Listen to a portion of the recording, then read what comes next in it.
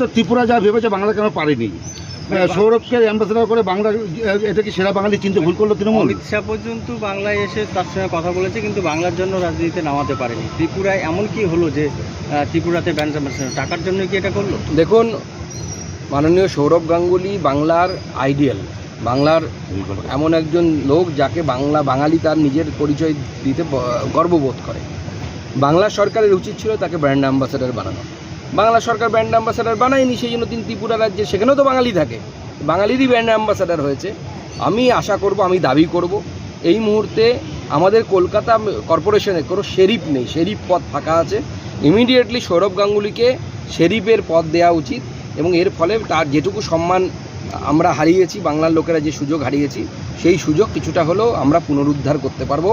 আমার দাবি, সৌরভ গাঙ্গুলিকে শেরিফ করা হোক কলকাতা কর্পোরেশন।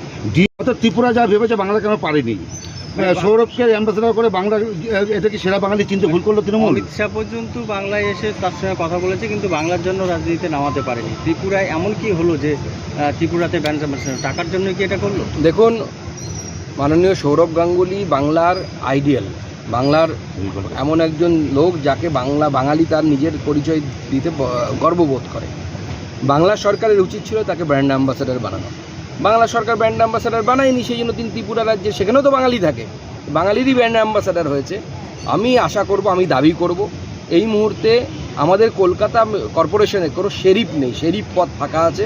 ইমিডিয়েটলি সৌরভ গাঙ্গুলিকে শেরিফের পদ দেওয়া উচিত, এবং এর ফলে তার যেটুকু সম্মান আমরা হারিয়েছি, বাংলার লোকেরা যে সুযোগ হারিয়েছি, সেই সুযোগ কিছুটা হলেও আমরা পুনরুদ্ধার করতে পারবো। আমার দাবি, সৌরভ গাঙ্গুলিকে শেরিফ করা হোক কলকাতা কর্পোরেশন।